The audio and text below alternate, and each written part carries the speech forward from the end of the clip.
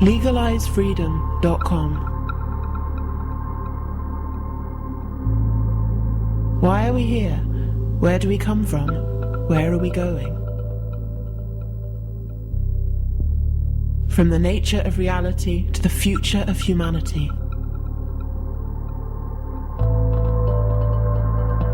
Beyond politics, poverty and war.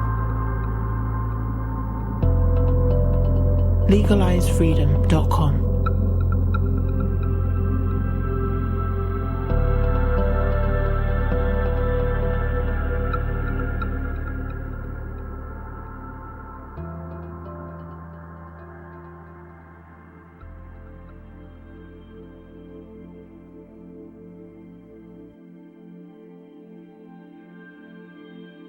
Greetings and welcome once again to legalizefreedom.com. I'm your host Greg Moffat, and my guests today are John Bunzl and Nick Duffell, who join us to discuss their book, The Simpol Solution. Although both parts of this interview may be taken on their own, it is strongly recommended that you listen to both. Energy crisis, fossil fuel depletion, wealth inequality, mass migration, economic collapse, environmental disaster, political instability, nuclear proliferation, terrorism. Why are governments and major international organisations so hopelessly unable to solve our mounting global problems? The truth is that in an age of globalization, free-flowing capital, and banking without borders, government hands are effectively tied. Regulations or other schemes which might rein in the worst excesses of business and industry are rarely enacted or even considered, simply because they would lead to cuts in corporate profits. Taken with the fact that governments in general are adept at drafting bad legislation, often operate a revolving door policy with business in terms of recruitment, and are themselves hardly paragons of best practice when it comes to energy, economy, environment, or any other stress point you can name, we face an apparently intractable situation. Some think the answers lie in global government and big thinking, others in localism and small-scale solutions, but while both are generally designed to sidestep bureaucratic gridlock, for many they smack of communism, fascism, or some other ism in which a largely unelected elite dictate the rules to everyone else. Through the lens of conventional politics, of whatever colour, it seems that we can have either unity or diversity, but not both. In the meantime, of course, our predicament continues to get worse, and as we look extinction in the eye yet again, we wonder once more, is there really no alternative? Hello and welcome, John. Nick, thank you both for joining us today on legalizefreedom.com. Thank you, Greg. Thanks for the invitation. Yeah, thanks, Greg. Nice to be back. Okay, guys, now today we're going to be talking about a book called The Simpol Solution, which both of you have put together. In my introduction, I've set out basically what this is, so that's fine. So people are already somewhat up to speed on the essentials. Before we get into that, if you could each just tell the listeners a little bit about your background and your work in general. Well, my background is a business background, family business, which I've been in since about 1978. It's a raw materials trading business mostly, although we've done a few other things. So that's been my background all the way. The Simpol idea basically occurred to me in about the end of 1998. And since then, I've kind of led a double life. One side of it's been business, the other side of it's been Simpol. Okay, John, well, you mentioned Simpol coming along at the end of the 90s. Just tell us about the evolution of that, how that came up, and, your involvement, just how all that took shape. And now, it may just be because I've been looking in the wrong places, but establishing it in 2000, and I've only heard of it since the publication of this book, which has just come out. So maybe you could just tell us, what the developments have been in that interim period, what's been happening in the meantime. Sure. I haven't really had any particular interest in world affairs or even in politics when the idea kind of struck me, but it really just came to me in a kind of light bulb moment over a Sunday lunch with my family, and my kids were talking about climate change. because I think they were covering it at school. And, as I was sort of just doing the washing up afterwards, I think my mum sort of turned around and sort of said, well, what would you do about it? Which is, a nice question to get. And I just thought about it for a moment, and I think this is where my business background comes in. I just realized, well, it would have to happen simultaneously. It would have to happen with all nations moving together on the same date, because otherwise any nation that tried to move first would land up with a disadvantage, an economic competitive disadvantage. And so it sort of went from there. And I sort of then wrote an earlier book, and I started sort of gradually getting a campaign together. But the reason you probably haven't heard of it, Greg, is because I don't think, it sounds a bit cliche, but I don't think people are ready for it yet, or people are getting readier for it. But originally when I started with it, I thought, I'm a businessman. I don't know anything about campaigning. I'll go and present this to Greenpeace and Friends of the Earth and these kind of organizations that know about campaigning, and they'll take it on and do the job. But what I found was that they weren't particularly interested in it. And I didn't really understand why until much later, when I started reading Claire Graves and Ken Wilber and started learning about levels of consciousness.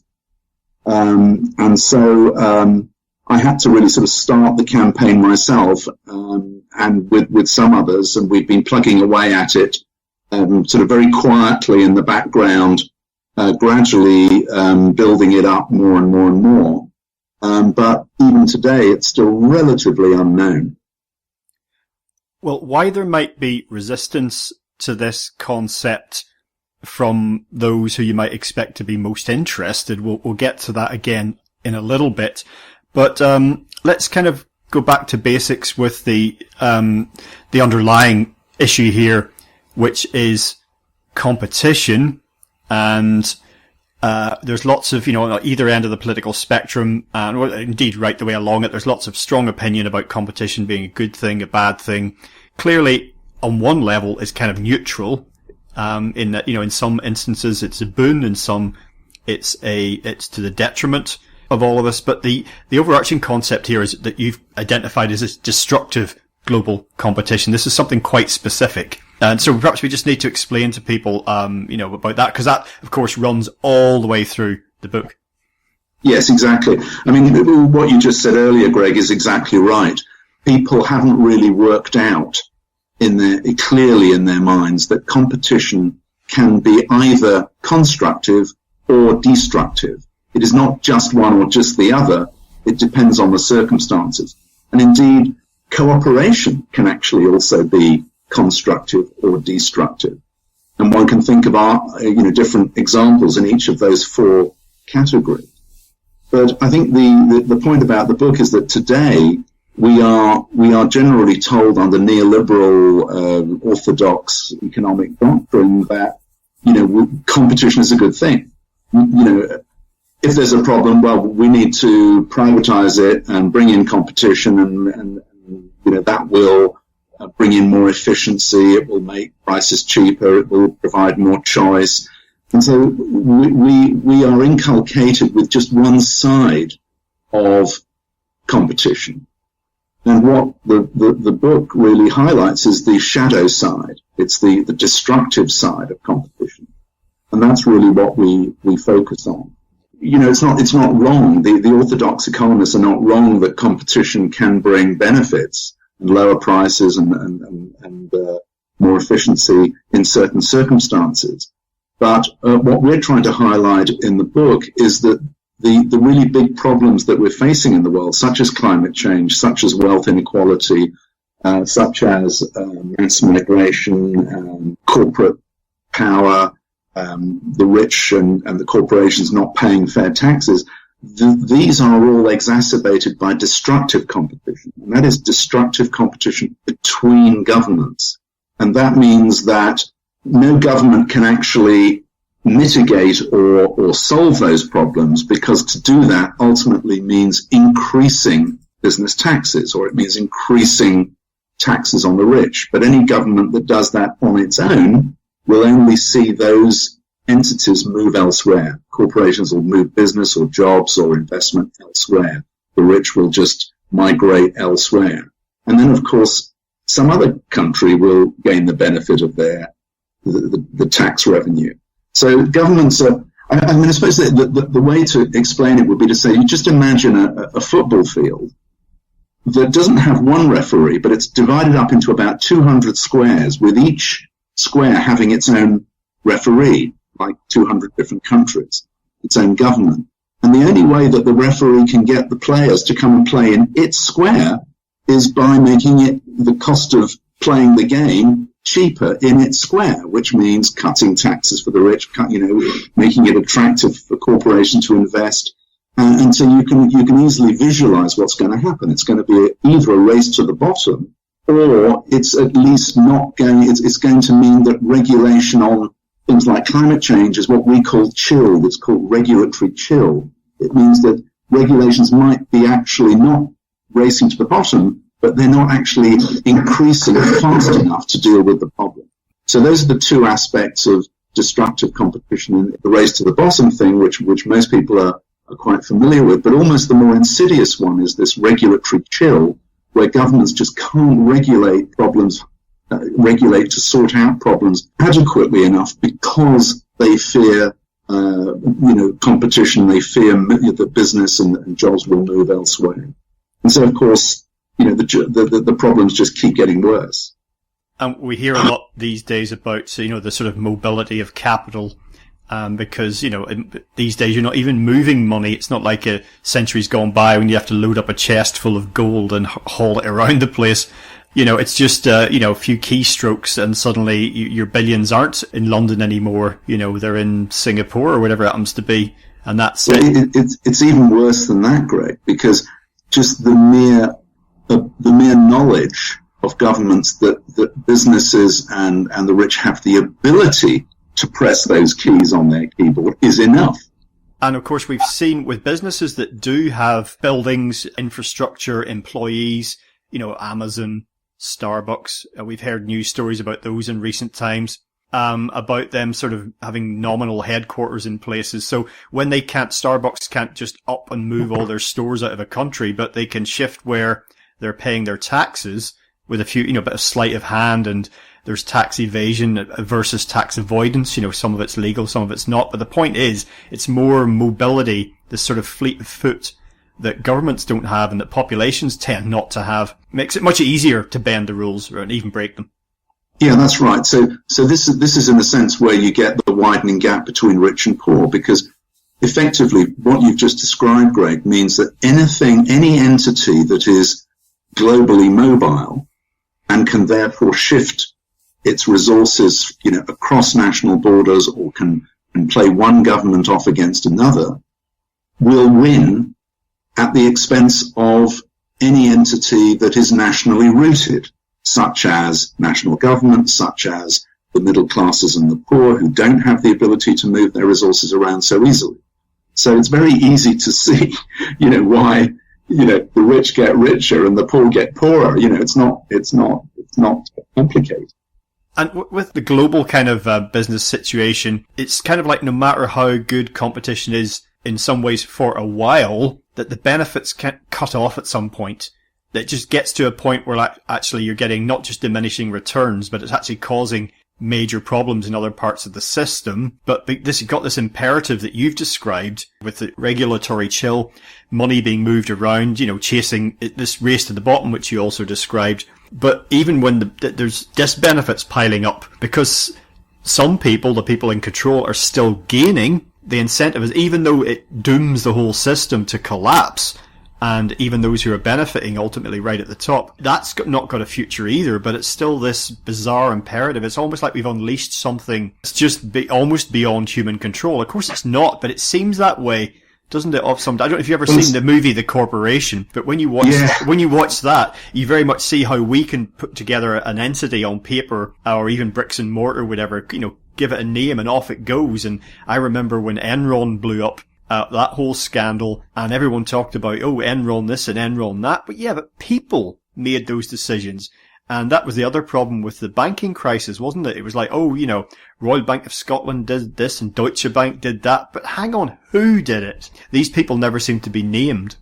No, that's right. I mean, this is one of the slightly tricky areas of the argument, and that is that where does individual responsibility start and finish, and where does the systemic kind of herd mentality take over? For example, if you take Enron, you very clearly had some very crooked people doing some very crooked stuff, and they should be punished, and they should have been punished for it. But what I think is actually more prevalent is the systemic, and by that what I mean is not to excuse corporations, if you like, but what I'm trying to point out is that if Apple or Starbucks or Amazon, if they don't avoid tax by shifting their operations to the lowest tax country, their competitors will. And so, what I'm trying to highlight is the systemic nature. It's almost not that these people are evil people. They're just trying to stay in business, and they damn well know that if they don't take advantage of the lowest tax jurisdictions and their competitors do, they're going to lose out, and their share price will go down and so forth. So I think what Nick and I are trying to highlight with the book and highlight with this concept of destructive global competition being a vicious circle is that while individual responsibility and individual actions are,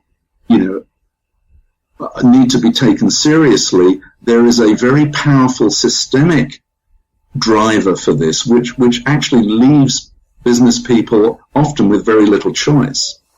Well, this is where the cooperation thing comes in. I think that, cooperation is essential to our survival. Certainly, if we go back deep into the history of the species, that we wouldn't really have got anything done. If it was everyone against everyone all the time, we wouldn't be here right now having Absolutely. This conversation. An example I sometimes give that everyone can identify with, if they're talking about, if someone says, well, competition, it's an unalloyed good, really, because it forces people, it encourages people to do the best they can, the best value, the best quality, and to keep innovating. And that's, the whole point is that's up to a certain point. I then give the example of the family. And it's like, if you had a competitive element within your family, I don't know, maybe a couple of your kids, you've got a couple of boys and they both love sports and they're always trying to outdo each other and, get more medals, and that's all a bit of fun, and they just like to challenge each other a little bit. And you could think of all sorts of other situations in a family where it might be a little bit competitive, who's going to make the best spaghetti bolognese or whatever. But would you actually say to your kids or other family members, we have limited resources in the family. We're going to compete for them. There will be winners. There will be losers. I'm sorry about that. yeah, exactly. I mean, the whole point, and the family is a good example, Greg. The whole point about coming back to what we were talking about destructive and constructive competition, is that there's a paradox, and the paradox is that competition will tend to be constructive if it is held within a cooperative cradle of rules and limits. So, for example, you might take a tennis match or a football game. It's obviously a competition between the two sides. However, there is a cooperative framework of rules around that. There's the referee, there's the line judges, there's the lines on the pitch, the size of the goal, there's all the rule book, there's the FA. And mind you, football probably isn't a great example of this, Greg, is it? With FIFA and all of that lot. But that's another example. But my point is that the competition will tend to be constructive if it's held within a cooperative framework of rules. If that cooperative framework breaks down, the competition will tend to morph into its destructive shadow side. Because then if the rules are not enforced properly, the players will start to find ways of cheating, and it just gets worse. And if one gets away with it, the others have to follow, which is a little bit like what I was talking about, the tax avoidance thing. Okay, well, I mentioned a moment ago, this idea about in the deep history of the human race, about how cooperation would have got us from our very early developmental stages. And of course, there would have been conflicts and competition, power struggles within the race, whatever, but cooperation was a large part of it, especially in a survival situation. But for the longest time, probably millennia now, we can think of competition for resources or businesses running even as that we might recognize now that might have been running thousands of years ago, people buying and selling things, manufacturing things, goods and services. This sort of exchange economy seems to be a sort of natural human condition, really, or certainly has evolved to be that or grown to be that. However, it's something we've lived with for a long time. For some people, the answer to a lot of problems along the lines that we've been talking about is to have more competition, more of the same, basically. We're just not doing it good enough. That's the problem, we think we've got a free market economy, but it's not quite free enough. However, what's kind of perhaps not unique about our time, but we've got converging crises right now, which is why that you've popped up with this concept and you're trying to get people interested in it, get people thinking about it, trying to change the direction we're going in, because the modern industrial society is quite unlike, in some respects, all those that have gone before. So you mentioned environment before, problems we have there. We have an economic system globally that's, and a lot of systems, that's the whole point. They've never been more intermeshed. They are now global systems, and national governments are struggling to respond to the problems with them.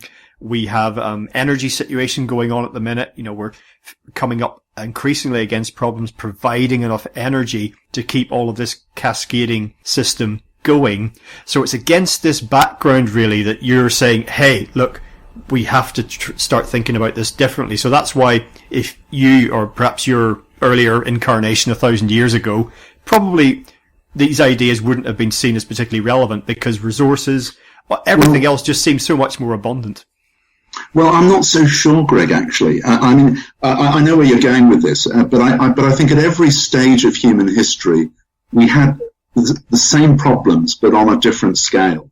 So one can imagine that back in the sort of days of prehistory, you might have had one sort of small tribe in one valley that never really spoke to or even knew that the one in the next valley existed until they started to compete or meet with one another, and then they maybe got on or they maybe didn't. But when a third tribe came over the hill, they thought, shit, we better get together and cooperate to fight off this third party. Or it may have been polluting a river, upstream, and then the pollution goes downstream, and then the people who have to suffer the pollution downstream sort of come upstream, and they have to start interacting and trying to solve it together. I think all the kind of problems we're seeing today are not ultimately new. They are just, today's bigger versions. That's all. And indeed, I think the reason that these problems are not new is that's why human social units have progressed over the course of evolution, have progressively increased in size. We've gone from families to bigger tribes to city-states to middle-aged small states to still larger nation-states. And now the problems are surpassing nation-states. So that's why we now need to be talking about global cooperation. So what you're talking about, I would say, has sort of been happening since time immemorial, but the scale, we're now at the global level. Whereas, in prior times we'd been at,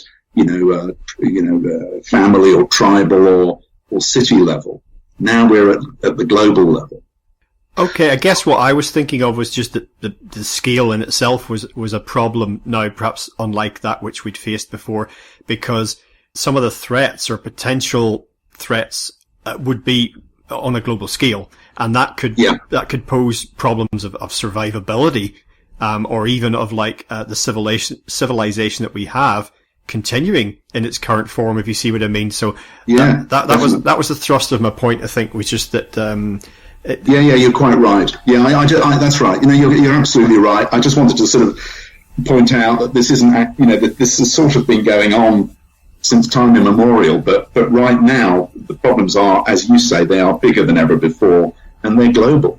Well, with Nick, we can get into some of the reasons about, human psychology and these problems that have been around since forever. What human development, human evolution of the brain, of consciousness, and how that might have affected our behavior over the longest period of time. But just staying with on a contemporary note, I think growth is a tremendous problem here, because the economic system that we have globally demands exponential growth, and of course that's impossible on a finite planet. So that's one of the drivers, I think, also in the system. It's one of the factors that's there, is that everything has to keep getting bigger. And I'm just talking about population here, but that's one function of it. So that is one of the drivers, one of the definite aggravating factors, because in order to bring all of this under control, I think that you're having, and a lot of other people who are not necessarily aware of the Simpol idea are thinking, we have to get this under control. We can't just keep consuming more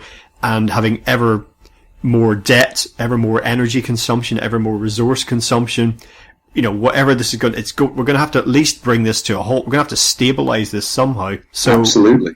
I totally agree, Greg. And what I think we are trying to say with the Simpol solution is that, yes, growth. You cannot have unending growth on a finite planet. However, if you're going to regulate growth in some way, or you're going to restrain bad growth and maybe allow good growth, or if you're going to, whatever you want to do, you're going to have to do it globally. You're going to have to do it through cooperation. So, my suggestion would be that, growth it may be a problem, but the real problem is the lack of cooperation. Because if you want to deal with growth, you've got to get cooperation first.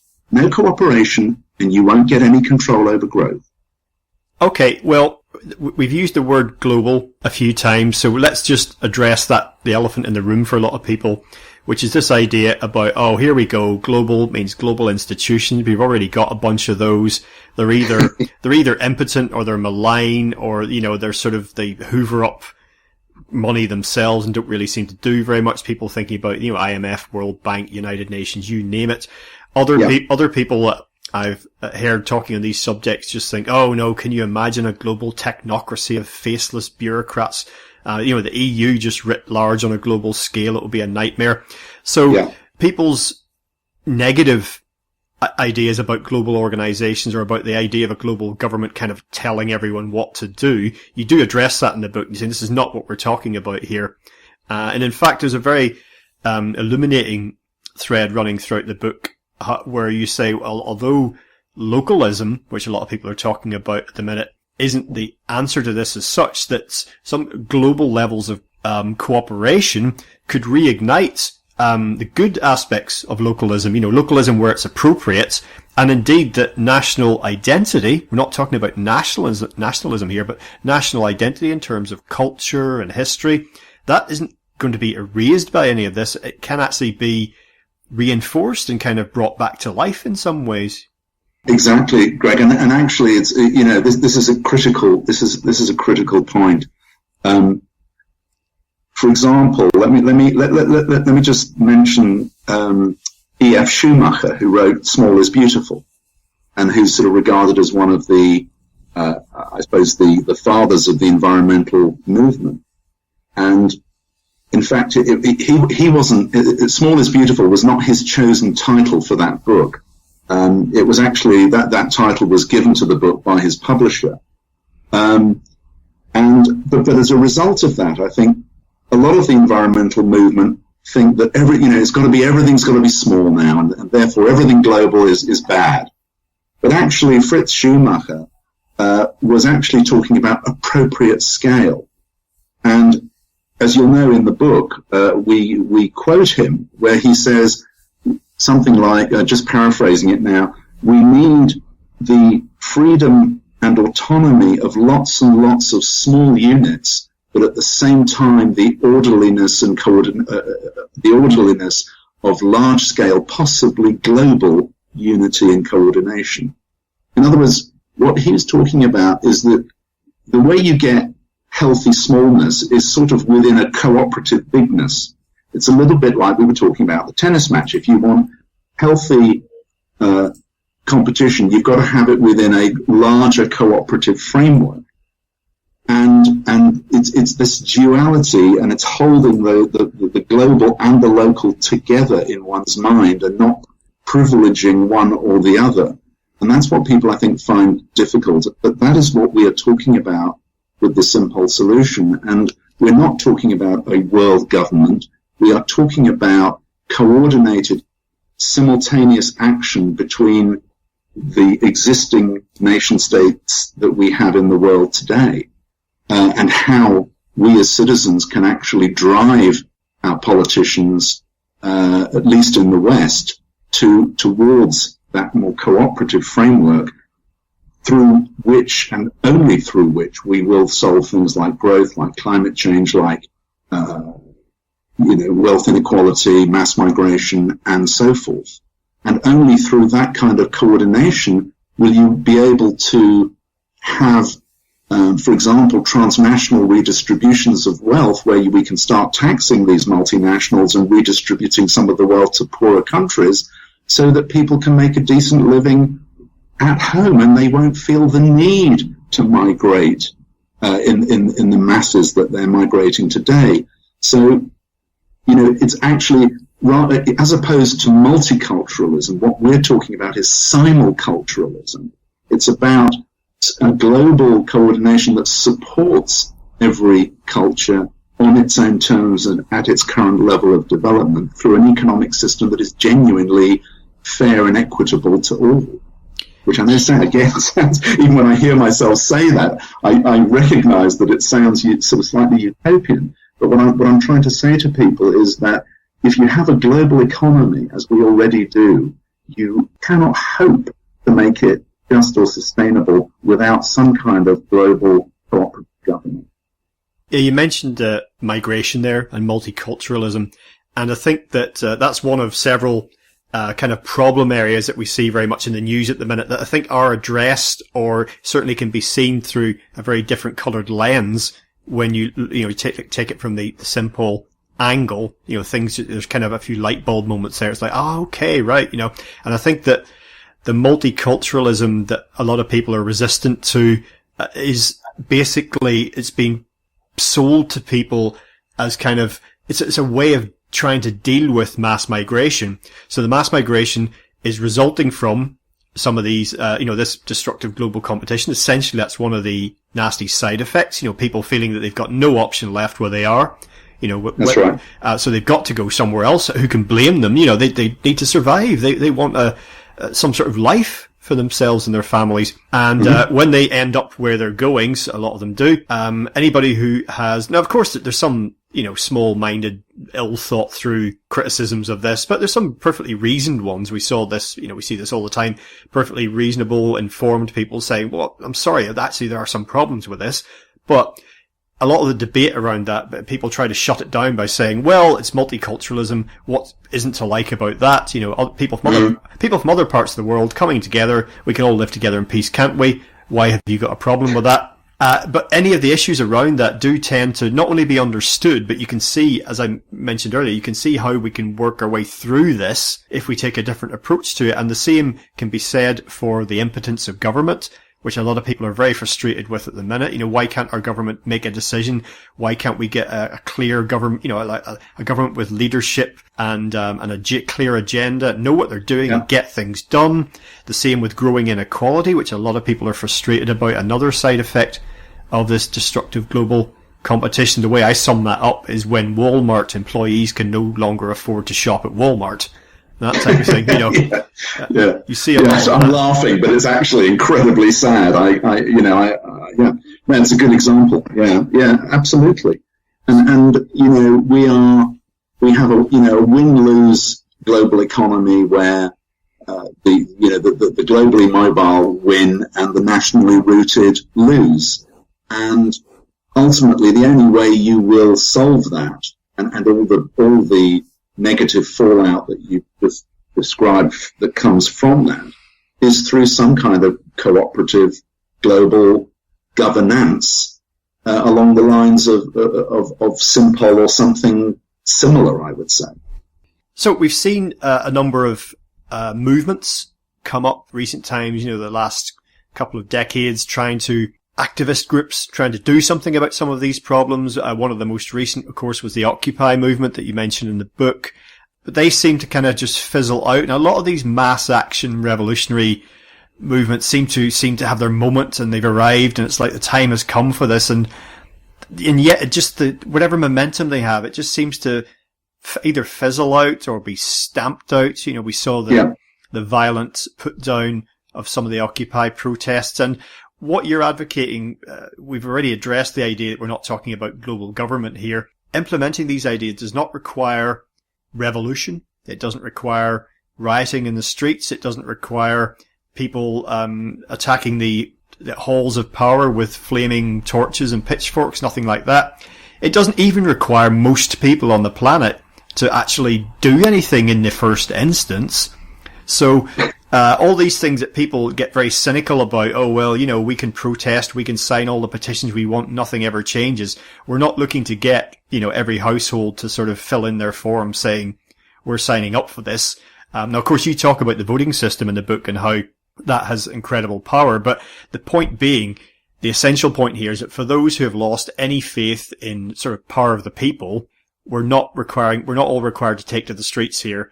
No, I mean, this is the point. I mean, the reason that Occupy and in fact the whole global justice movement has not really made any significant dent in the neoliberal juggernaut is because it has not found a way of using people's right to vote. It hasn't found a way of interfacing powerfully with the electoral system.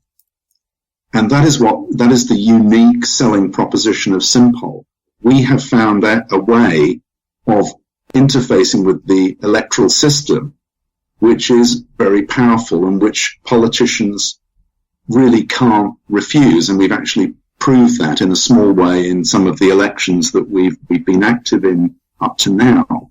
The problem with protest and Occupy is it seeks to go around the political system.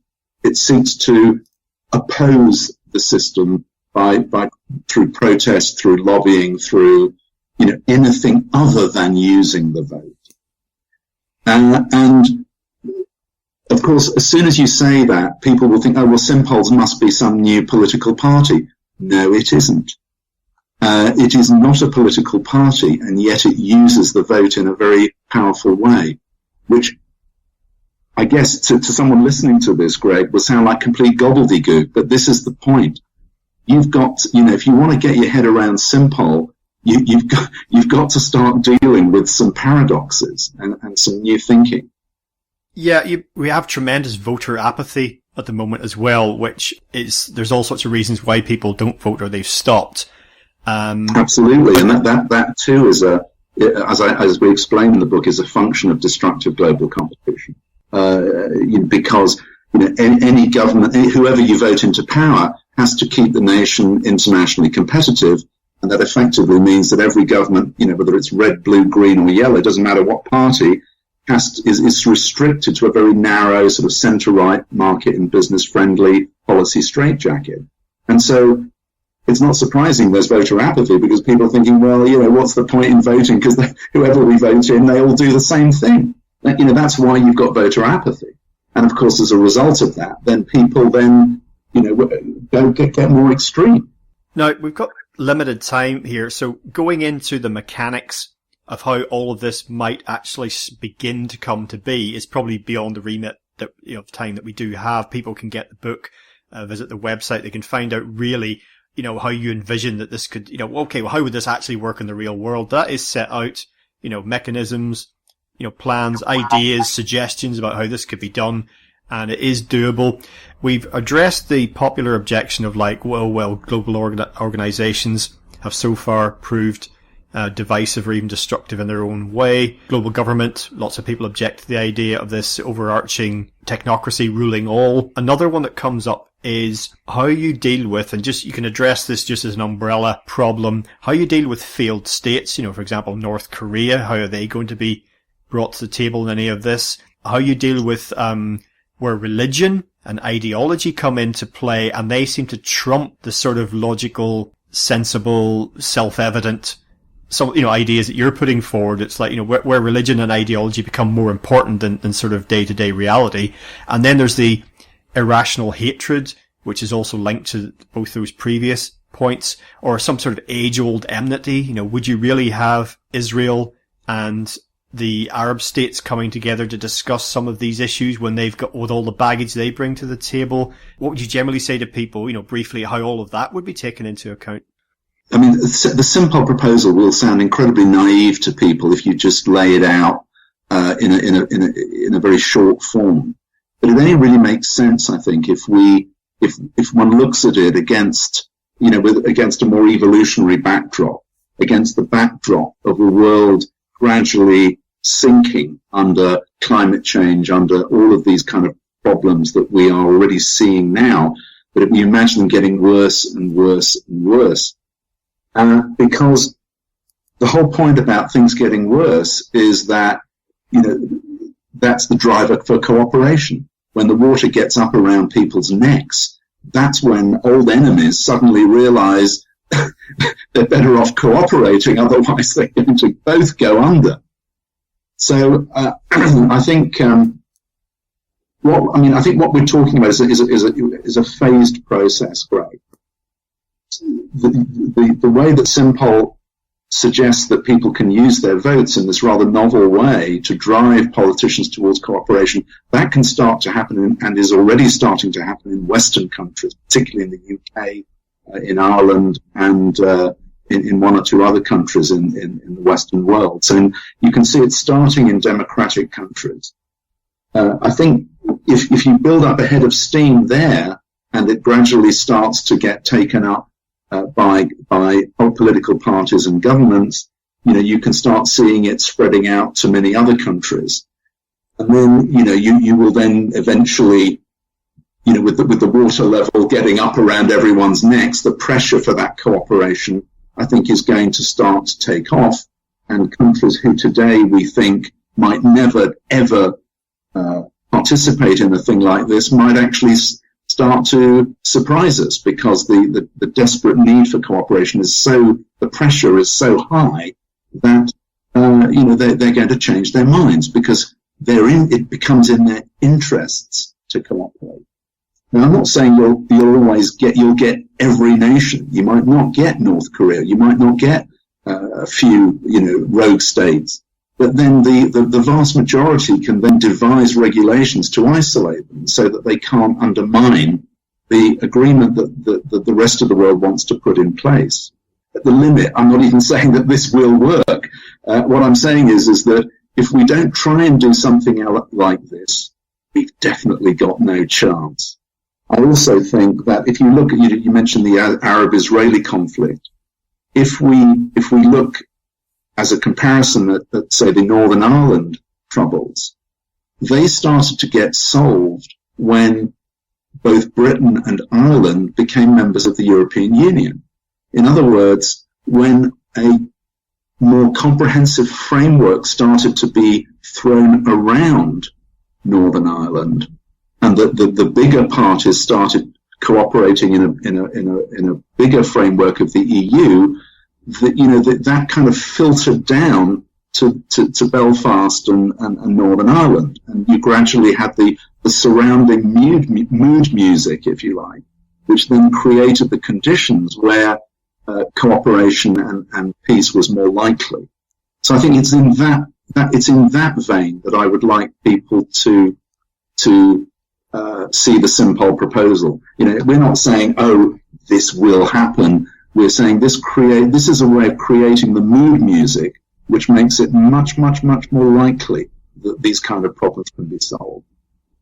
Well, I think certainly the issue in Northern Ireland, if I'm just speaking from experience, is that after the modern troubles anyway, after a couple of generations, or maybe a third generation came along being born into that background, people were just sick of it. They just absolutely had enough. And if you make an analogy between political violence and destructive global competition, it's exhausting. Yeah. You know, it's not our natural state. You know, we're not, it's like fight or flight. It has its purpose. We're not meant to experience that 24/7. We can't cope with it. At some point, people just say enough. That's exactly it, and that's part of what I'm talking about the the water level getting up round our necks. It's like, not only does it get round our necks, we just get bloody fed up with it.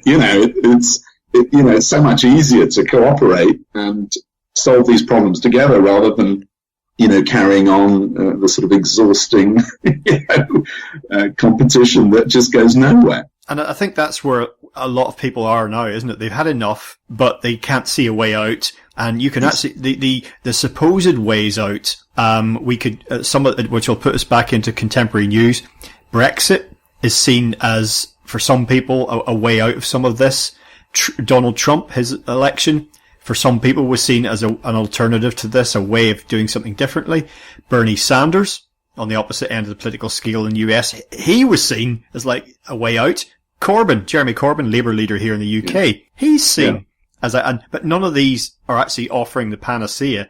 But they're just manifestations of this frustration, I think, with the status quo.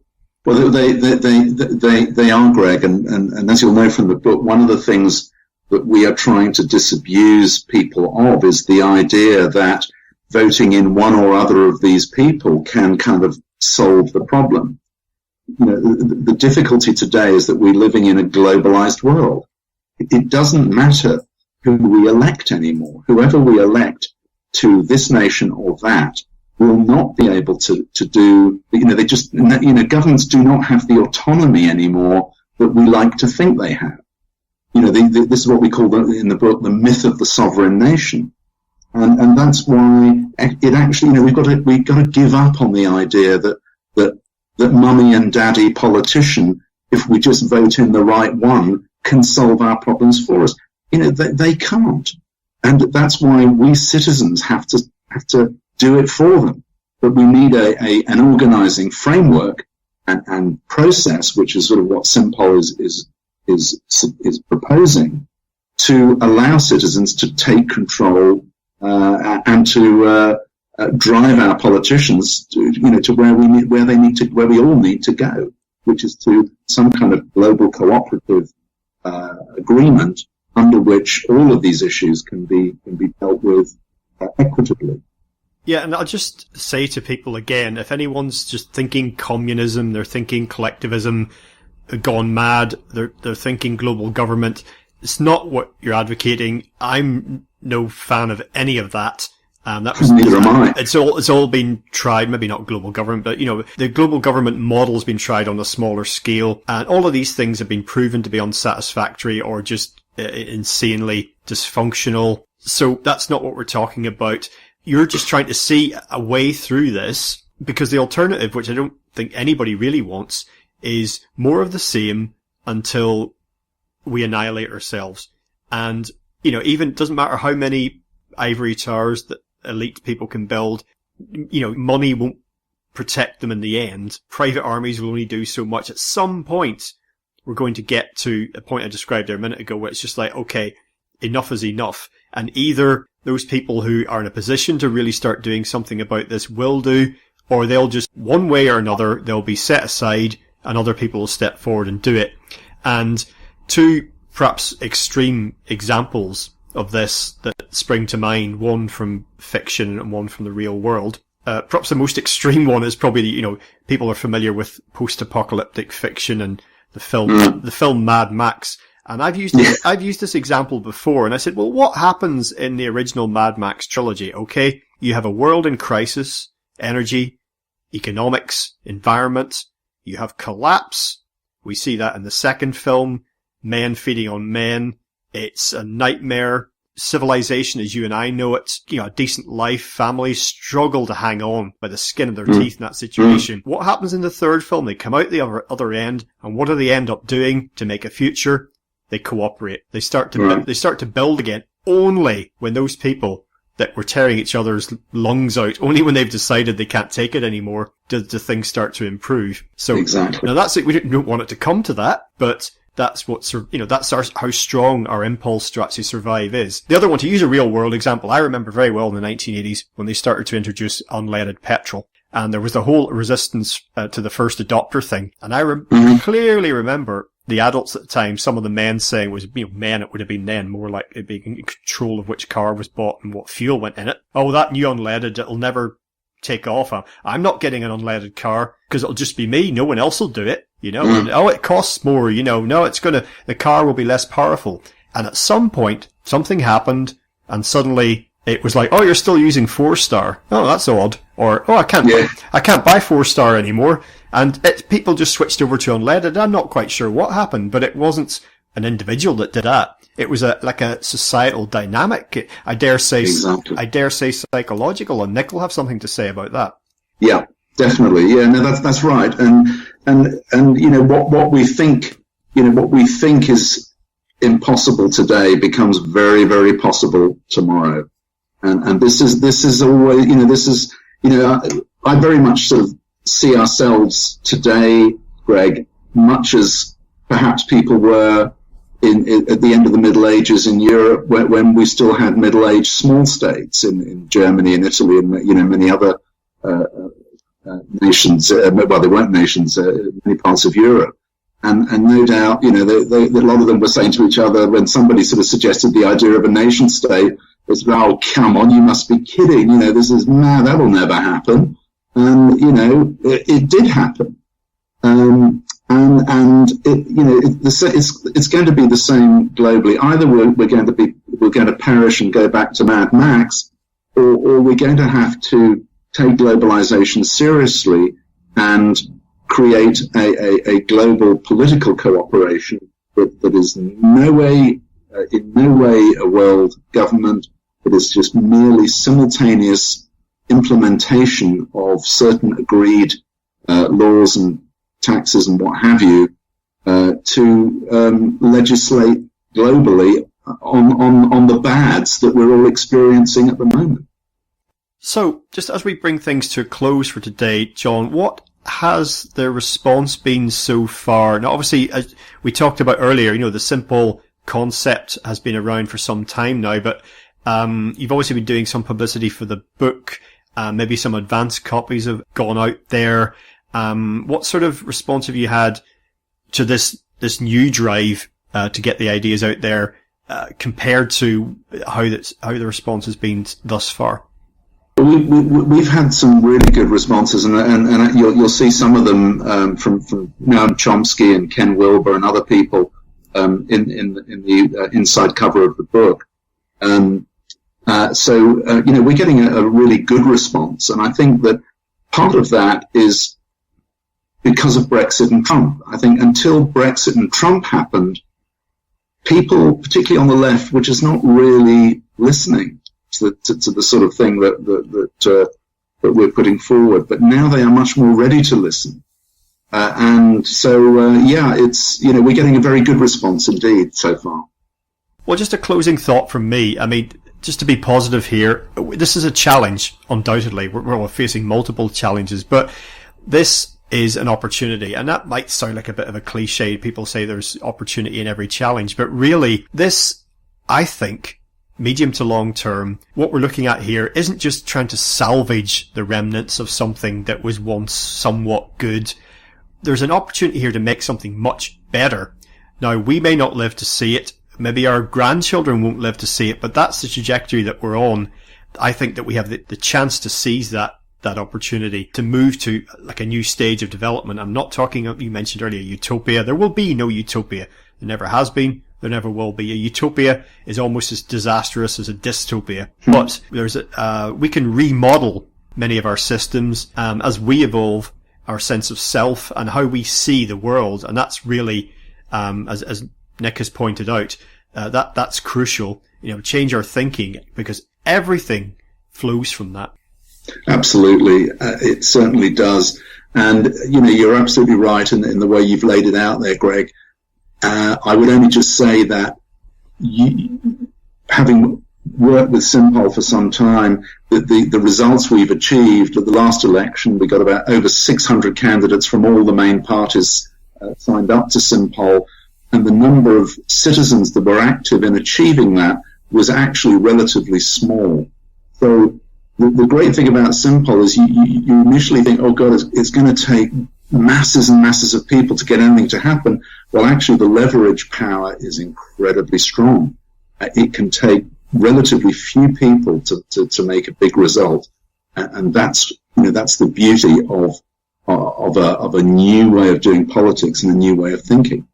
Well, John and Nick, the book, as we mentioned earlier, it's entitled The Simpol Solution. That's widely available, all the usual outlets. Perhaps you'd like to, John, share a relevant website or websites for listeners, or just any other resources or anything else you'd like to put out there. Yeah, if you go to the Simpol website, that's simpol.org. You can find a link on the front page there to the book page, and you can find out much more about the book and about what people have said about it and where you can order it and so forth. And you can also, on the Simpol side, of course, you can find out much more about Simpol itself as well. Yeah, thank you, Greg. It's really been a great pleasure talking to you, and it's really good fun to be able to talk a little bit at some length about the book and some of the ideas in it. So thanks very much indeed.